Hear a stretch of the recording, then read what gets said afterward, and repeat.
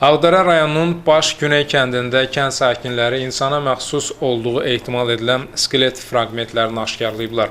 Aidiyyəti qurumlar bu haqda məlumatlandırılıb. Qalıqların Əsəddin Curu oğlu Novruzov və Qurban Ramazan oğlu Göyüşova məxsus olduğu ehtimal edilir. Artıq Qurban Göyüşova məxsus qalıqlar ərazidən götürülərək şəxsiyyətin müəyyənləşdirilməsi üçün ekspertizaya göndərilib. Əsəddin Novruzova aid olduğu ehtimal olunan skelet qalıqları isə uçmuş evin altından hələ çıxarılmayıb. Əsir və etkin düşmüş, girov götürülmüş vətəndaşlarla əlaqədar Dövlət Komissiyasının üzvləri aprelin 4-də hadisə yerində olacaq və Əsəddin Novruzovun qalıqlarını götürəcəklər. Qeyd edək ki, adı çəkilən şəxslər 1992-ci ilin martın 12-sində şəhid olublar. Onlara məxsus olduğu ehtimal edilən skelet fraqmentləri də şəhid olduqdan sonra dəfn edildikləri yerdə tapılıb. Hazırda faktla bağlı Ağdam rayon prokurorluğunda araşdırmalara başlanılıb. Şamxal Cəlloğlu, Cabir Məmməd, Səs TV, Ağdam.